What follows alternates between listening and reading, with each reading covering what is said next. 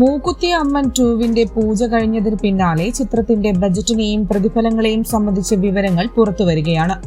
അമ്മനായി അഭിനയിക്കാൻ നയൻതാര 1 മാസത്തെ വ്രതമെടുത്തു എന്നാണ് പൂജാവേളയിൽ നിർമ്മാതാവ് ഇഷരി കെ ഗണേഷ് പറഞ്ഞത്. ടൈംസ് ഓഫ് ഇന്ത്യയുടെ റിപ്പോർട്ട് പ്രകാരം 100 കോടിയാണ് സിനിമയുടെ ബജറ്റ്. സുന്ദർ സി തന്നെയാണ് തിരക്കഥ ഒരുക്കിയത്. 30 ദിവസം കൊണ്ടാണ് അദ്ദേഹം തിരക്കഥ ഒരുക്കിയതെന്നും നിർമ്മാതാവ് പറഞ്ഞു.